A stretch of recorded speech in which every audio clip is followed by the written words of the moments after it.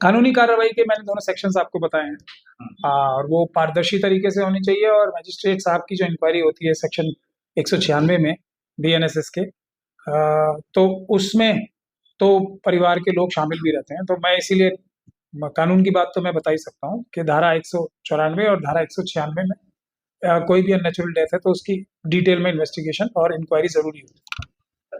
2 महीने पहले सर वो सोशल मीडिया पे आते हैं, वो कहते हैं कि हम तलाक देने वाले हैं अपर्णा यादव को, क्योंकि मुझे जो है प्रताड़ित किया जा रहा है, परेशान किया जा रहा है।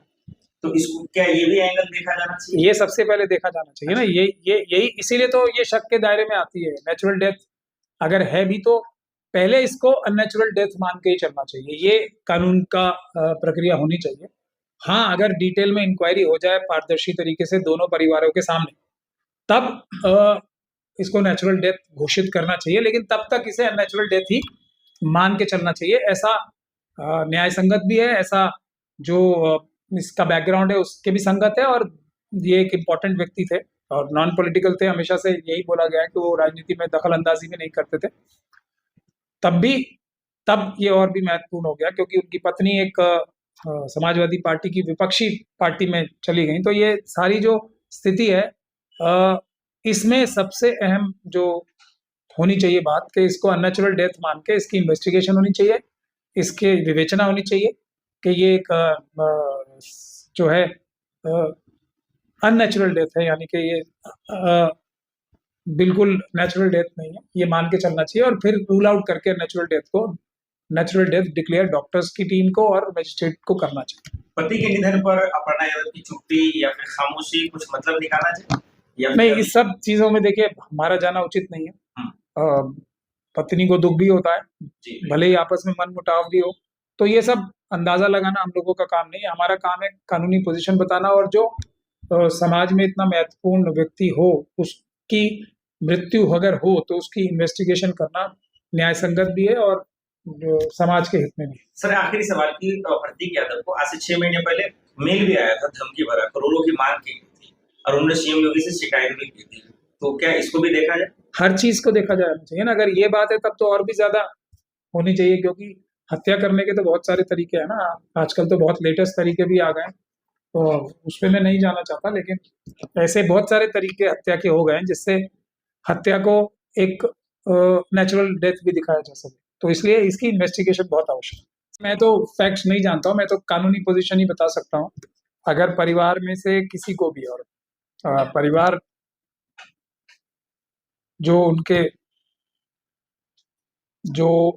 उनके भाई बहन वाला परिवार है और जो उनकी पत्नी वाला परिवार है, दोनों ही परिवार होते हैं, उसमें से किसी को भी शक है, तब भी अगर शक नहीं भी है, किसी की भी अननेचुरल डेथ होती है, और खास तौर पे अगर इतने जो प्रोमिनेंट फैमिली में से होती है, तो एक कानूनी प्रक्रिया है जो अभी बीएनएसएस में 194 सेक्शन है, जिसमें पुलिस को अननेचुरल डेथ को इन्वेस्टिगेट करना ही होता है।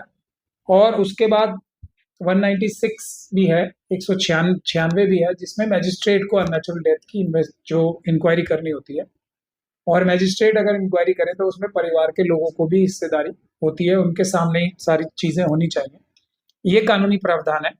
मैं सिर्फ यही कह सकता हूं कि अगर परिवार में से किसी को भी शक है या इस प्रकार की कोई जो स्थिति थी जिसमें इतना सा भी शक हो, क्योंकि एक व्यक्ति की मृत्यु हुई है, भारत के नागरिक की मृत्यु हुई है, तो वो अच्छी तरीके से कम ये तो देश की जिम्मेदारी है कि उसकी इन्वेस्टिगेशन हो कि कहीं इसमें कोई फाउल प्ले या कोई शरारत तो नहीं हुई।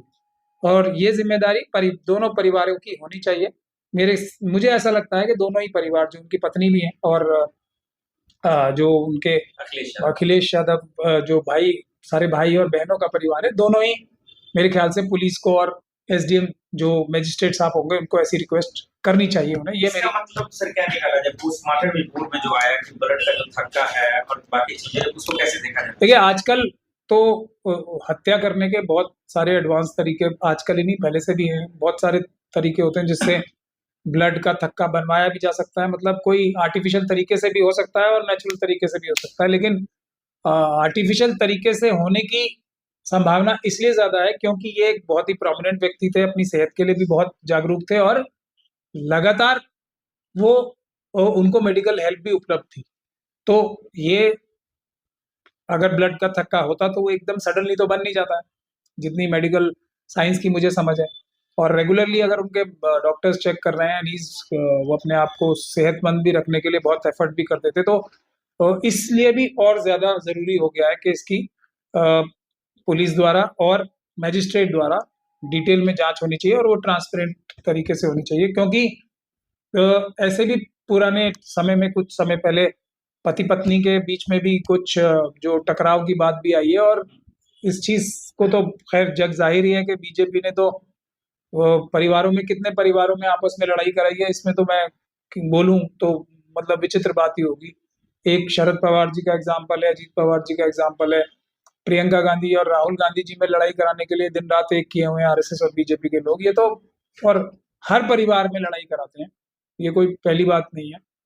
तो इसलिए भी ये इसका इन्वेस्टिगेशन तो होनी ही चाहिए। प्रतीक यादव हैं जो अखिलेश के भाई हैं, वो समाजवादी पार्टी से हैं और उनकी जो पत्नी है अपर्णा यादव वो बीजेपी से है और सीएम योगी की रिश्तेदार भी है।